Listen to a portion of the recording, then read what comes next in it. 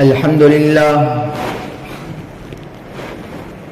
لله وحده والصلاة والسلام على من لا نبي بعده. أعوذ بالله من الشيطان الرجيم. بسم الله الرحمن الرحيم. فخلف من بعدهم خلف أضاعوا الصلاة واتبعوا الشهوات فسوف يلقون غيا. صدق الله مولانا العظيم وصدق رسوله النبي الكريم ونحن على ذلك لمن الشاهدين والشاكرين والحمد لله رب العالمين. برادران اسلام، محترم دوستو، بزرگوں، تعزیہ داری اسلام میں کس قدر ممنوع ہے، اس کے تعلق سے گزشتہ سال ہم عقلی اور نقلی دلائل سے مختصراً بیان کہہ سن چکے ہیں. یوٹیوب پر وہ بیان موجود ہے، آپ حضرات سن سکتے ہیں، بلکہ ایک بار ضرور سن لیجئے گا، شاید کوئی بات دل میں اتر جائے.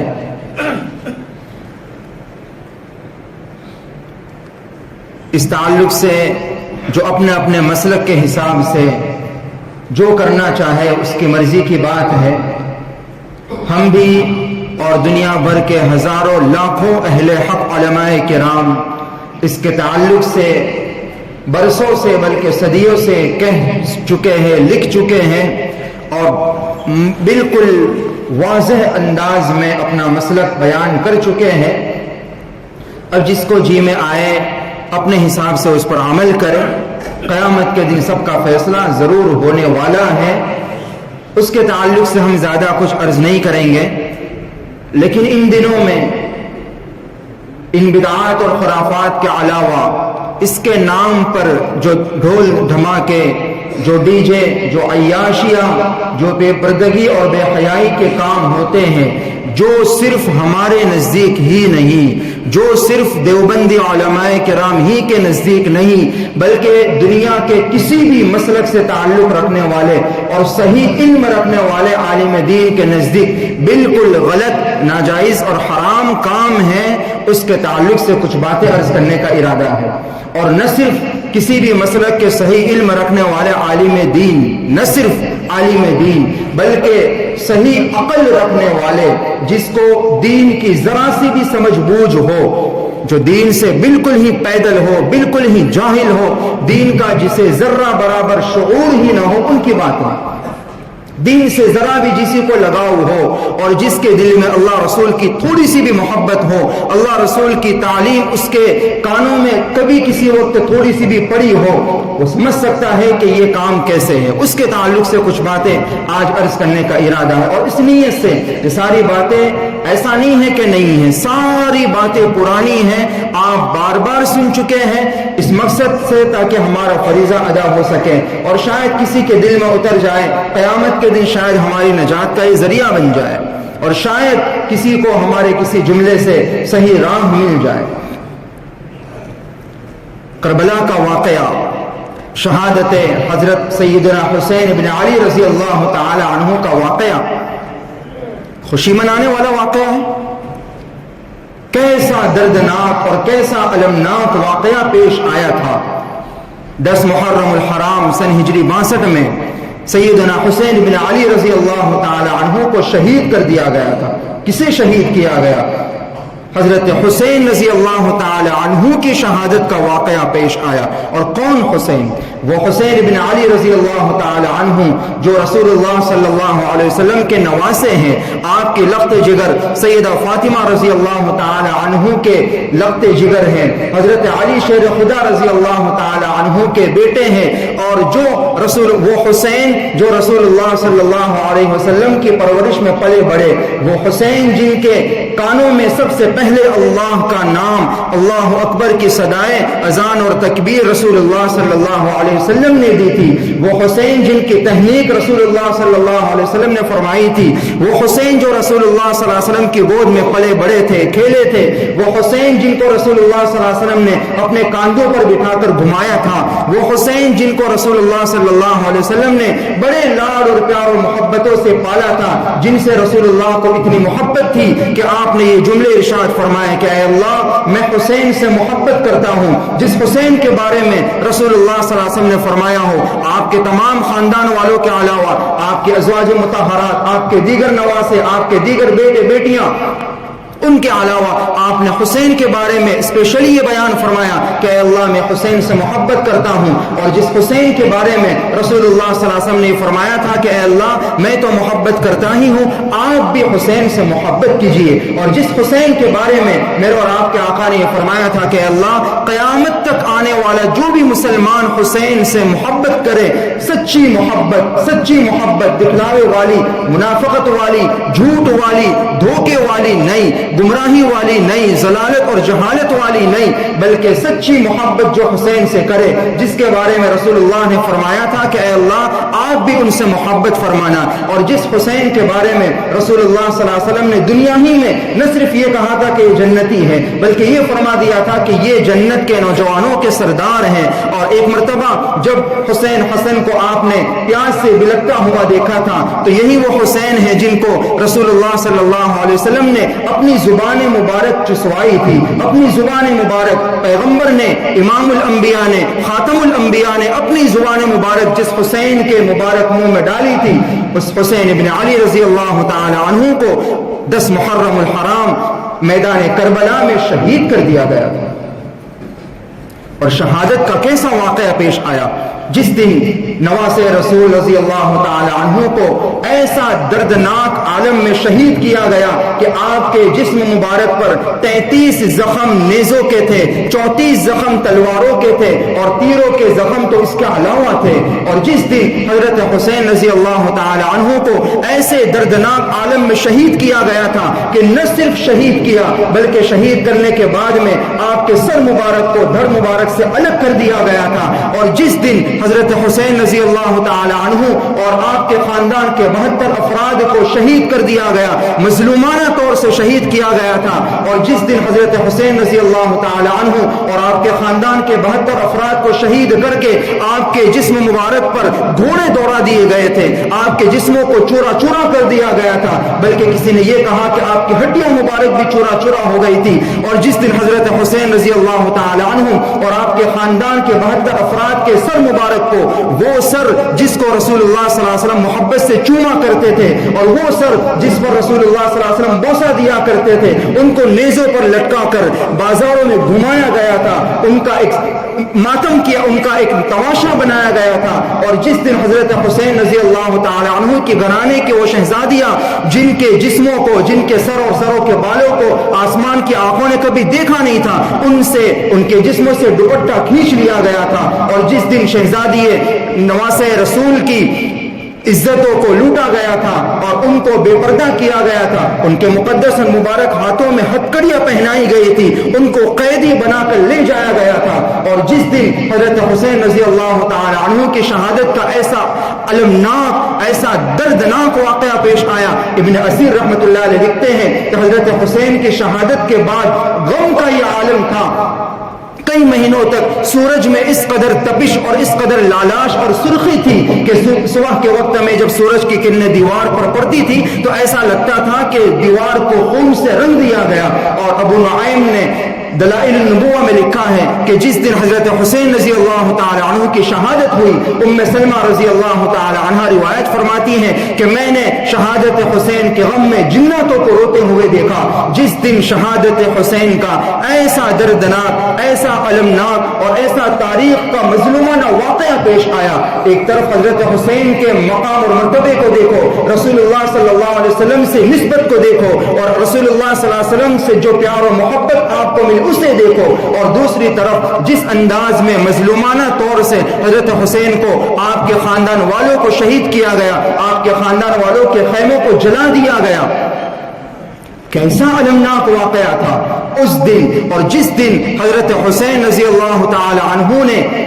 تلواروں کے سائے میں، تیروں کی بوچھار میں اور میدان جنگ میں نماز نہیں چھوڑی تھی، نماز کے حالت میں اپنی جان قربان کر دی تھی.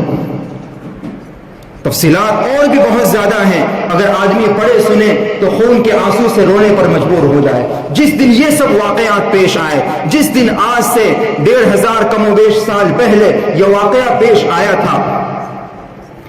کیا آپ کو اس واقعے کی اطلاع نہیں؟ کیا آپ لوگوں کو معلوم نہیں ہے کہ 10 محرم الحرام کو کیسا المناک واقعہ پیش آیا تھا؟ اس دن کیا خاندان رسول نے خوشیاں منائی تھی؟ اس دن کیا خاندان رسول نے بہت زیادہ خوشی کے اظہار میں جشن نکالے تھے؟ اس دن کیا خاندان رسول پر غم کے پہاڑ ٹوٹے ہوں گے؟ ہم تو شاید تصور بھی نہیں کر سکتے. جس دن ایسے واقعات پیش آئے تھے، اللہ کے واسطے ذرا تھوڑا سا تو غور کیجئے کہ جس دن یہ سب کچھ ہوا تھا، اور ایسا نہیں ہے کہ ہم نہیں جانتے، اور ایسا نہیں ہے کہ وہ سب الگ لوگ تھے، وہ چاہے جو کرے ہو کرے. جس دن ایسے واقعات پیش آئے تھے، اللہ کے واسطے ذرا تصور کیجئے، غور کیجئے، دیکھیے کہ ہمارے یہاں ان دنوں میں کیا ہوتا ہے. جس دن یہ سب کچھ ہوا تھا وہ عالم دیکھیے، ہمارے یہاں جو ہوتا ہے وہ عالم دیکھیے. تھوڑی سی بھی عقل رکھنے والا، جس کے سینے میں تھوڑا سا بھی دھڑکتا ہوا دل ہو، وہ یہ فیصلہ کرنے پر مجبور ہوگا کہ نہیں، اگرچہ ہمارے یہاں ماتم نہیں منایا جاتا، شہادت ہمارے یہاں مقدس چیز ہوتی ہے، لیکن اللہ کے واسطے ذرا یہ تو سوچو کہ جس دن ایسے مقدس ہستیوں کو شہید کیا گیا تھا، اس دن ان کے یہاں تو ایسے غموں کے پہاڑ ٹوٹے تھے، اور ایسا المناک اور دردناک اور دل کو چھلنی کرنے والا واقعہ پیش آیا تھا. اس دن ہم یہاں ناچے، اس دن یہاں ہم گانے بجائے، اس دن یہاں ڈی جے ہمارے یہاں، اس دن یہاں لائٹنگ ہو، اور ایسا جشن کہ در و دیوار گونجنے لگ اور عورتیں بے حیا اور بے پردہ ہو کر اس میں شریک ہوں. اللہ اکبر کبیرہ، کہنے کے لیے کوئی الفاظ نہیں ہے. اللہ کے واسطے تھوڑا سا غور کیجیے. میں جانتا ہوں کہ شاید کسی کو یہ باتیں ہضم ہو نہ ہو، کوئی عمل کرے نہ کرے، لیکن بس آپ کو یہ ایک سوچنے پر مجبور کرنے کو جی چاہتا ہے کہ اللہ کے واسطے ذرا سوچئے کہ ہم کہاں جا رہے ہیں. قیامت کے دن اگر ان لوگوں سے، شہدائے کربلا سے ہمارا سامنا ہو گیا، انہوں نے اگر پوچھ لیا کہ ہمارا کیا حال تھا اور تمہارا کیا حال ہوا، ہم کس عالم میں تھے اور تم کیا کر رہے تھے، کیا جواب دیں گے؟ اللہ کے نبی صلی اللہ علیہ وسلم نے ان چیزوں سے کتنا روکا ہے. ناچ گانا، میں نے شروع میں عرض کیا تھا کہ تعزیے کے تعلق سے زیادہ کچھ عرض نہیں کروں گا، پچھلے سال اس تعلق سے تفصیلات بیان کی جا چکی ہے، آپ اسے سن لیجئے گا. یہاں تو ان دنوں میں جو ناچ جو عیاشی ہوتی ہے اور پٹنی کے نام پہ جو لوگ ناچتے ہیں، بہت خون کے آنسوں سے دل روتا ہے. سڑکوں پر جب آتے جاتے نظر آتا ہے، باقاعدہ نوجوان ناچتے ہیں، اور مغرب کا وقت ہوتا ہے، ادھر مغرب کی اذانیں ہوتی ہیں، وہ ظالم حضرت حسین کے نام پر لوگوں کو دھوکہ دیتے ہوئے ناچتے ہیں. کون سا اسلام ہے میرے دوستو؟ یہ کون سا اسلام ہے؟ کیا اس اسلام کو دیکھ کر کوئی غیر ایمان والا اسلام کے قریب آ سکتا ہے؟ کوئی یہ کہے گا کہ واہ کتنا پیارا اسلام ہے، کتنی پیاری اسلام کی تعلیم ہے. اللہ کے نبی صلی اللہ علیہ وسلم حضرت حسین رضی اللہ تعالی ذرا اتنا تو خیال کر لیتے، جس ہستی کے نام پر، جس ہستی کی یاد میں یہ چیزیں منائی جا رہی ہیں، ذرا اتنا تو خیال کر لیتے کہ اس ہستی نے میدان جنگ میں بھی نماز نہیں چھوڑی، اور یہاں ناچتے ہوئے نمازیں دھڑلے سے چھوڑی جا رہی ہیں. کیا وہ دکھائیں گے؟ اگر یہی ایک سوال کر لیا کہ ٹھیک ہے تمہاری نیت پر ہم شک نہیں کرتے، تم یقیناً محبت کے نام پر کرتے ہوں گے، تمہارے دل میں سچی محبت صحیح، لیکن ذرا یہ تو بتائے، حضرت حسین نے اگر پوچھ لیا میں نے تو میدان میں نماز نہیں چھوڑی تھی، جان کا خطرہ تھا. کسی نے کہا تھا کہ تاریخ میں، دنیا کے اتہاس میں اگر کسی کو نماز چھوڑنے کی اجازت ہوتی تو شاید یہ ایک موقع تھا کہ ان کو اجازت ہوتی کہ حالات بہت نازک ہے، بہت سخت ہے، ہر طرف سے تیروں کی برسات ہے، آپ بعد میں قضا، شاید ان کو اجازت ہوتی، لیکن انہوں نے بھی نماز نہیں چھوڑی. ان کے نام لیوا کیسے ناچ گانے کرتے ہیں، دھڑلے سے نمازیں چھوڑتے ہیں، اور یہ ناچ گانے ڈی جے کے نام پر جو میوزک بجائے جاتے ہیں، در و دیوار ہل جائے. مریض تو ویسے ہی مر جائے. اچھے خاصے صحت مند انسان کے دماغ کے اندر ہلنے لگتا ہے, دل ہلنے لگتا ہے. کیا ان کو یہ معلوم نہیں ہے کہ جن کے نام پر یہ تماشے کرتے ہیں اور یہ ڈیجو کے نام پر اتنا زیادہ تماشا سڑکوں پر کیا جاتا ہے, ان کے نانا جان نے ڈیجے کے تعلق سے اور میوزک کے تعلق سے کیا فرمایا تھا؟ آپ نے فرمایا تھا الغناء ينبت النفاق في القلب كما ينبت الماء الزرع, کہ یہی گانا اور میوزک انسان کے دل میں ایسی منافقت پیدا کرتا ہے جیسے پانی کی وجہ سے زمین سے سبزہ اگ جاتا ہے. اور جن کے نام پر یہ کام کرتے ہیں انہی کے نانا کا واقعہ یاد کیجئے. عبداللہ ابن عمر رضی اللہ تعالی عنہما فرماتے ہیں کہ ایک مرتبہ میں جا رہا تھا, راستے میں کہیں گانے کی آواز کانوں میں پڑی, میں نے اپنے کانوں میں انگلیاں ٹھوس لی. اللہ کے واسطے, اللہ کے واسطے, اللہ کے نبی کے اس واقعے سے تھوڑا سا عبرت لیجئے, تھوڑا سا اپنے اندر شرم حیا پیدا کیجئے. حضرت عبداللہ بن عمر فرماتے ہیں میں جا رہا تھا, راستے میں اسی طرح گانوں کی میوزک کی اس زمانے کے جو میوزک کے سسٹم ہوا کرتی تھی وہ تھی, آج کے زمانے کے حساب سے اسی طرح کہہ سکتے ہیں. فرماتے ہیں کہ میں جا رہا تھا, گانوں کی آواز میرے کانوں میں پڑی, میں نے کانوں میں انگلیاں ٹھوس لی, بہت دور تک چلا گیا. پھر اپنے ساتھ میں جو خادم تھے ان سے پوچھا کہ کیا اب بھی آواز آ رہی ہے؟ کہا کہ اب نہیں آتی. پھر میں نے اپنے کانوں سے انگلیوں کو نکالا, اور اس موقع پر عبداللہ بن عمر رضی اللہ عنہ نے فرمایا ایک مرتبہ میں بھی اسی طرح رسول اللہ صلی اللہ علیہ وسلم کے ساتھ جا رہا تھا. آپ صلی اللہ علیہ وسلم نے, رسول اللہ صلی اللہ علیہ وسلم نے جن کے نام پر تماشے کرتے ان کے نانا جان نے, اور جن سے بہت محبت تھی, بہت لاڈ اور پیار تھا, انہوں نے یہ کیا تھا کہ اپنے کانوں میں انگلیاں ٹھوس لی تھی گانوں کی آواز کو سن کر, اور بہت دور تک اسی طرح چلے گئے. اور پھر جب کانوں میں گانوں کی آواز آنا بند ہوئی تب اپنے کانوں سے انگلیوں کو نکالا. جس پیغمبر کی یہ تعلیم ہو اس پیغمبر کے نواسے کے نام پر سراسر ان کی مخالفت. اور کتنی ساری چیزیں ہیں. رسول اللہ صلی اللہ علیہ وسلم نے انہی میوزک اور گانوں کے بارے میں یہ فرمایا کہ ایک وقت آئے گا قیامت سے پہلے 14 یا 15 علامتیں گنوائی. حدیث مبارکہ میں کبھی پڑھیے تو صحیح, سنیے تو صحیح. 14-15 علامتیں میرا آپ کے آقا نے بیان فرمائی, اور اس میں سے ایک چیز یہ بھی بیان فرمائی کہ جب گانے اور میوزک عام ہو جائے. کیسا عام؟ دین کے نام پر عام ہو رہا ہے, دین کے نام پر گانے اور میوزک بجائے جا رہے ہیں. رسول اللہ صلی اللہ علیہ وسلم نے فرمایا تھا کہ جب وہ زمانہ آئے گا پھر تم انتظار کرو کہ آسمان سے پتھر برسائے جائے, زمین پھاڑ کر تم کو زمین میں دسا دیا جائے, تمہارے چہروں کو بندر اور سور کی طرح بنا دیا جائے. اس اللہ کے عذاب کا پھر تم انتظار کرو. اللہ کی قسم آج مسلمانوں پر جو ظلم ہو رہے ہیں, آج جو حالات بہت اچھے ہیں, ہمارے عمل کے مقابلے میں وہ حالات تو بہت اچھے ہیں. اگر ہمارے اعمال کے حساب سے میرے دوستوں اگر حالات آتے, اللہ کی قسم ایک بھی روئے زمین پر زندہ نہ بچتا. ہمارے حال تو دیکھیں, ہمارے اعمال تو دیکھیں. دین کے نام پر ہم عیاشی کرتے ہیں, دین کے نام پر عیاشی کرتے ہیں. اگر کوئی بندہ اور کسی دنیاوی اعتبار سے گناہ کے طور پر اگر کوئی گناہ کا کام کرے, عیاشی کرے, چلو ٹھیک ہے, اللہ کبھی اس کو توفیق بھی دے. یہاں دین کے نام پر عیاشی ہوتی ہے, خون کے آنسو سے دل روتا ہے. اللہ کے واسطے یہ عیاشی تو نہ کرے. کم از کم یہ چیز تو جو شروع میں جو بات عرض کی تھی, جو کام صرف ہمارے علماء دیوبند کے نزدیک نہیں, علماء بریلوی کے نزدیک بھی, اور دیگر دنیا میں جتنے بھی مسلک والے ان تمام صحیح علم رکھنے والے علماء کے نزدیک, اور اس سے بڑھ کر جو عرض کیا کہ ذرا سی بھی دینی سمجھ بوجھ رکھنے والے ہر آدمی کے نزدیک, بلکہ اس سے بڑھ کر اور میں یہ کہوں تو شاید غلط نہ ہوگا کہ دنیا میں بسنے والے ہر تھوڑی سی بھی صحیح سمجھ بوجھ رکھنے والے انسان کے نزدیک جو کام صحیح نہیں ہو سکتے, اللہ کے واسطے وہ تو مت کیجیے.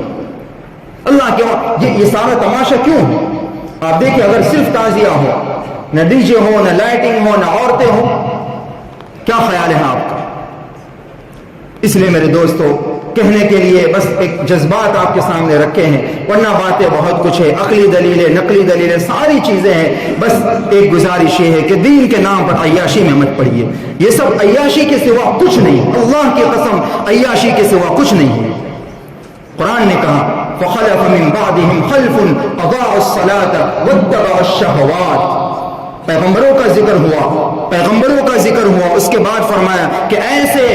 ناخلف لوگ, ایسے ظالم لوگ دنیا میں آئے جنہوں نے نمازیں بھی ضائع کی. نہیں ہو رہی ہے ضائع نماز, کون پڑھتا ہے نماز؟